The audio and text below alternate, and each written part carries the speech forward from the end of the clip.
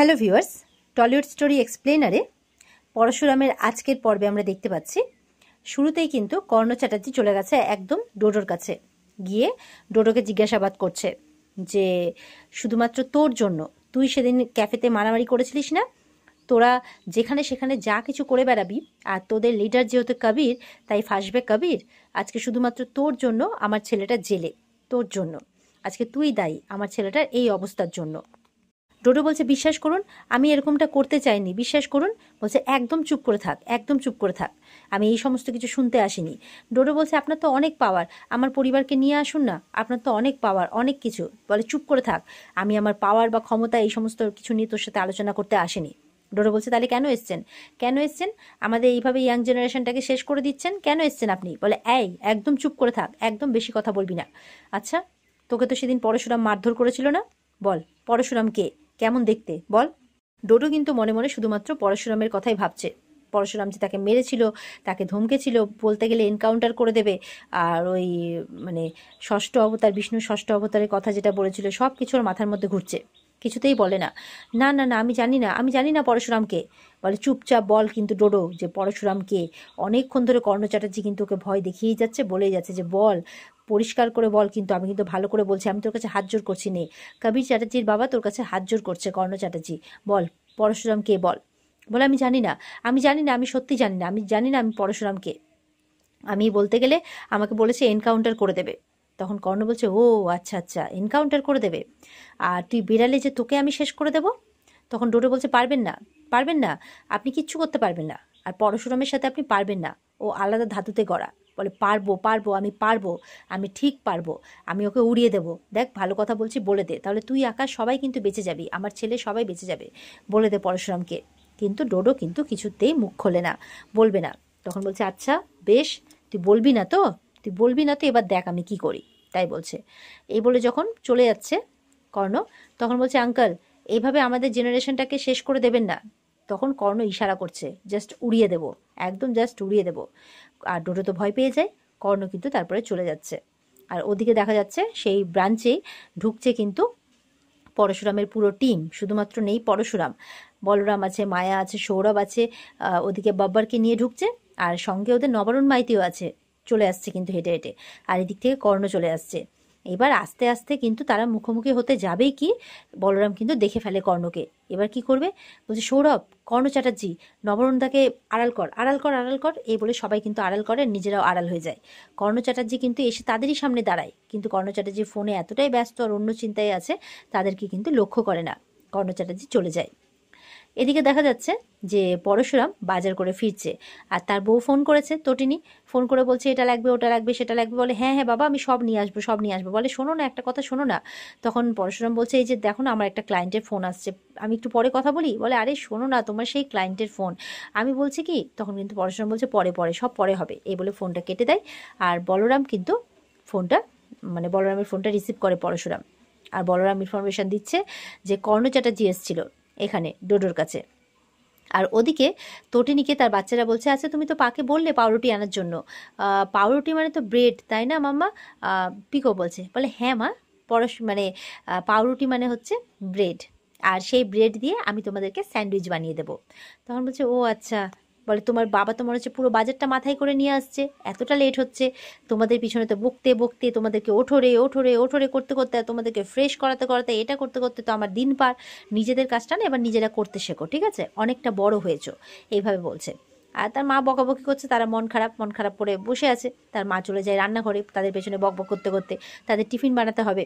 আর এদিকে বলরাম বলছে পরশুরামকে, বলরাম বলছে আমাদের সঙ্গে নবরুণদাও ছিল।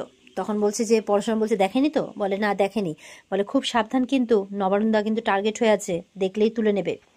তারপরে বলছে যে বাবারকে আমরা কোর্টে নিয়ে যাচ্ছি, তুই আসছিস তো? বলে হ্যাঁ তোরা বাবারকে নিয়ে মুভ কর, আমি চলে আসছি। তখন বলছে যে কিছু মুখ খুললো, কিছু জানতে পারলি? বলে হ্যাঁ খুব বড়সড় কিছু একটা ঘটতে চলেছে, সম্ভবত বর্ডার এলাকা জুড়ে। তখন বলছে কি বলছিস? বলে হ্যাঁ এটাই আর কি, এটাই জানতে পেরেছি। তুই আয় তাড়াতাড়ি, নিশ্চয়ই বাজার করে ফিরছিস? বলে হ্যাঁ। বলে কি কিনলি? বলে পাবদা মাছ। বলে ইস রে পাবদা মাছ, সর্ষে পাবদা, পাবদা উফ দারুণ জমে যাবে। তারপরে বলছে যে আমি জানিস তো ইলিশ কিনেছি আজকে, মানে কি দাম ইলিশ, বাপরে ছোঁয়া যাচ্ছে না, কিন্তু তারপরেও এত লোভ না আর সামলাতে পারলাম না, বুঝতে পারলি, নিয়েই নিলাম। তখন পরশুরাম বলছে আচ্ছা বেশ, এখন রাখছি, কারণ বাচ্চাদের জন্য পাউরুটি কিনতে হবে, তারপর বাড়ি গিয়ে স্যান্ডউইচ বানিয়ে দিতে হবে, তারপরে আমি রেডি হয়ে খেয়ে দিয়ে আসছি। বলে ঠিক আছে, এই বলে ফোনটা রেখে দেয়। এদিকে কিন্তু কর্ণ চ্যাটার্জি পিছু পা হটছে না, মানে ও পরশুরামের পেছনে একটা লোক লাগিয়েই ফেলেছে, আর পরশুরাম বাজার করে ফিরছে, সেই লোকটা সেই ইনফরমেশন কর্ণ চ্যাটার্জিকে দিচ্ছে। কর্ণ চ্যাটার্জি বলছে বাড়ি থেকে বেরিয়ে বাসে উঠবে, কিন্তু উঠে কোন স্টপেজে নামছে, কোন বিল্ডিংয়ে ঢুকছে, সব ইনফরমেশন কিন্তু দিতে হবে, যাতে ধরা না পড়ে যাও। বলে কোনো চান্সই নেই বস, ধরা পড়বো না। বলে ঠিক আছে, বলে ফোনটা রাখে। এরপরে হাসছে, বলছে যে চোর পুলিশ খেলা চলছে কর্ণ চ্যাটার্জি আর পরশুরামের মধ্যে, এবার কে চোর আর কে পুলিশ সেটাই দেখার। পরশুরাম ফিরেছে বাজার করে। তটিনী বলছে তুমি এত দেরি করলে না, আমি কখন স্যান্ডউইচ বানাবো, ওদেরকে ফ্রুটস আর বিস্কিট দিয়ে দিয়েছি, ওটাই খেয়ে নেবে ওরা। তো সেই প্রসাদ বলছে আচ্ছা ঠিক আছে, আমি ওদেরকে স্কুলে দিয়ে আসছি। পিকো বলছে পা তুমি কি লুঙ্গি পরে যাবে নাকি? তখন তটিনীও বলছে হ্যাঁ, সবার হাজবেন্ডরা কত সুন্দর সেজে গুজে আসে, আর তুমি লুঙ্গি পরে যাবে, তুমি লুঙ্গিটা ছেড়ে যাও প্লিজ, ছেড়ে যাও। তখন বলছে যে বর্ষাকালের ছাতা আর শীতকালের কাঁথা আর সর্বঋতু জায়া, মানে এরকম একটা উদাহরণ দিচ্ছে, এটা কিন্তু সবসময় থাকা দরকার, এরকমভাবে একটা বলছে। তখন আবারও সবাই মিলে রিকোয়েস্ট করছে প্লিজ, তখন বলছে আচ্ছা ঠিক আছে বেশ, আমি লুঙ্গিটা ছেড়ে আসছি। তো এর মধ্যেই কিন্তু তটিনীর ফোনে ফোন এসছে, জিৎ মুখার্জি। ফোনটা রিসিভ করেছে তটিনী। জিৎ বলছে যে ফোনটা কাটিস না। বলে না না, ফোন কাটবো কেন, সেই শিক্ষাটা আমি পাইনি। কর্ণ চ্যাটার্জি জিৎ মুখার্জি বলছে আর কি, তোর কাকিমার শরীরটা খুব খারাপ হয়ে যাচ্ছে, এই 8 দিন পর কোর্টে কেস উঠবে, এই সমস্ত কথা ভেবে ভেবে না আর পারছে না শরীর নিয়ে, প্লিজ তুই কিছু কর। তুই তো দিদি বল আরাধ্যার, তোর কি বোনের প্রতি কোনো কর্তব্য নেই? ওরা কত রিকোয়েস্ট করলো তোদেরকে, প্লিজ কেসটা উইথড্র করে নে প্লিজ। তখন তটিনী বলছে আমাদের হাতে কিচ্ছু নেই, আমাদের সাথে একটা অন্যায় হয়েছিল, আমরা তার এফআইআর করেছিলাম, আর সেই কেসটা কোর্টে উঠেছে, এখন কোর্ট যা ডিসাইড করবে আমরা সেটা মাথা পেতে নেব, তো এর মধ্যে আমার কিছু করণীয় নেই। তখন বলছে আছে আছে, তোর করণীয় অবশ্যই আছে, দেখ ওদের হানিমুনের টিকিট কেটে রেখেছি আমি, ওদের সারা ইউরোপ ঘোরার কথা, একটু বোঝ, মেয়েটার কি কোনো স্বাদ আহ্লাদ নেই, একটু বোঝ, তুই তো দিদি হোস। তোকে আমি কতবার বোঝাবো বল, কতবার বোঝাবো? তখন নন্দিনী আসে, বোঝানোর তো দরকার নেই, এতবার বোঝাচ্ছ কেন? ওদিকে তটিনীও বলছে এতবার করে না রিকোয়েস্ট করে কোনো কিছু করে না আমাদেরকে আর বিরক্ত করো না, আমি তো আমার সমস্ত কর্তব্য করে দিয়েছি, কর্ণ চ্যাটার্জির বাড়িতে ওকে বরণ করে ঢুকিয়ে দিয়ে এসেছি, এমনকি তোমরা যে দ্বিধাগমনে ডাকলে সেখানেও আমি আমার বরকে জোর করে রিকোয়েস্ট করে নিয়ে গেলাম, তোমাদের সব কথা আমি রেখেছি, আর এরপরে আমার কোনো কিছু করার নেই। নন্দিনী বলছে আমরা তো জানতাম যে কর্ণ চ্যাটার্জির পরিবার কেমন আর তার ছেলের চরিত্র কেমন, তারপরেও এই বলগা জীবনটা বেছে নিয়েছে তোমার মেয়ে, কিছু তো করার নেই। তখন জিৎ বলছে এই তুই চুপ কর, তোর সাথে কথা বলছি না, আমি এখন তটিনীর সাথে কথা বলছি।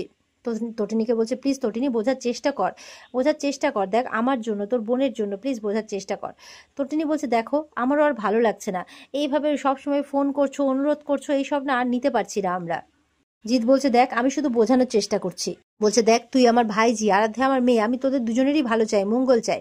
বলে থাক ছোটকা, আর তোমাকে আমাদের মঙ্গল চাইতে হবে না, বিগত 8 বছরে তো কোনো খোঁজ খবর নাওনি, এখন এরকম অবস্থা, তাই কাকুতি মিনতি অনুরোধ ফোন করে বিরক্ত করছো। মুখার্জি বলছে তোরা শেষ হয়ে যাবি, পুরো পরিবার সমেত শেষ হয়ে যাবি, তোদেরকে বাঁচতে দেবে না। তখন মানে তটিনী বলছে আবার থ্রেট করছো, উঠতে বসতে সবসময় থ্রেট করছো, হুমকি দিচ্ছ, কেমন তোমরা? তখন বলছে কর্ণ চ্যাটার্জি তো এতবার এত কিছু করছে, শুধু মারতেই বাকি রেখেছে, বলে আর বাঁচবি না, এবার মারবে, এবার মারবে। বলে ছোটকা, চিৎকার করছে তটিনী। তখন ছোটকা কিন্তু ফোনটা রেখে দেয়। তটিনী আবারও চিন্তায় পড়ে যায়, আর ওদিকে পরশুরাম সবটাই শুনছে। তো জিৎ মুখার্জি ফোনটা রেখে দেওয়ার পর ওখানে তটিনীর মাও আসে, আর তটিনীর মাকে নন্দিনী বলছে ছাড়বে না, মানে এরা না সত্যি তটিনীদের জীবন একেবারে শেষ করে ছাড়ছে, এই যত কোর্টের কেসের ডেট এগিয়ে আসছে না, ওরা ওদের জীবনটাকে একদম ছাড়খাড় করে দিচ্ছে, ছাড়বে না, এরা পেছন ছাড়বে না, তাই বলছে। ওদিকে তটিনী তার বরকে বলছে শুনলে কি বললো, জানো কি বলে ধমকি দিচ্ছে? বলে জানি, ও কি করতে পারে, কি বলতে পারে, আমি সেটা আইডিয়া করতে পারি, চিন্তা করো না, ও বলার কাজ বলে যাক। টুনি বলছে এভাবে আর কদিন বলো তো, কদিন সহ্য করবো, আর ভালো লাগছে না এসব। টুনি বলছে আমি বুঝতে পারছি না কি করা উচিত, আমি কি সবকিছু মিটিয়ে নেবো, আপোষ করে নেবো? পরশুরাম বলছে না, আপোষ করতে হবে না। পরশুরাম বলছে তুমি চিন্তা করো না, আমার আইনের উপর পুরোপুরি ভরসা আছে। এরপর লাট্টু পিকাকে নিয়ে যাচ্ছে। লাট্টু আবার তার মায়ের কাছে গিয়ে বলছে মাম্মি তুমি চিন্তা করো না মাম্মি, আমার কিচ্ছু হবে না। একজন আছে না, the real hero, the most powerful man, যার কাছে রিয়েল গান আছে। পরশুরাম শুনছে আর হাসছে। পরশুরাম আমার কিছু হবে না মাম্মি, চিন্তা করো না। তখন তার মা তাকে আদর করে দেয়, আর তারা স্কুলের জন্য বেরোবে। এরপরে বাচ্চারা স্কুলে বেরিয়ে গেলে তটিনী কিন্তু খুব ভাবছে যে লাট্টু পরশুরামকে দেখেছে, ওর এতটা আত্মবিশ্বাস কি করে, পরশুরামের প্রতি। আর পরশুরামও আমার ছেলের প্রতি এতটা সদয় কেন, আমাদের পরিবারের প্রতি এতটা সদয় কেন? বারবার মানুষটা আমাদের পাশে এসে দাঁড়াচ্ছে, বিপদে আমাদের সাহায্য করছে। এই পরশুরামটা কে? এই বলে মোবাইলে কিন্তু সেই দিনের সেই পেপারের ছবিটা দেখছে আর ভাবছে। আর এখানে আজকের পর্ব শেষ হয়ে যায়। তো এই ছিল আজকের পর্বের রিভিউ। কেমন লাগলো কমেন্ট করে জানাবে, আর আমাদের সাথে জুড়তে চ্যানেলকে সাবস্ক্রাইব অবশ্যই করবে। দেখা হচ্ছে তোমাদের সাথে আগামীকালকে। সবাই ভালো থাকবে, টাটা। আর হ্যাঁ, পর্বের বিস্তারিত দেখতে অবশ্যই কিন্তু স্টার জলসার পর্দায় চোখ রাখবে।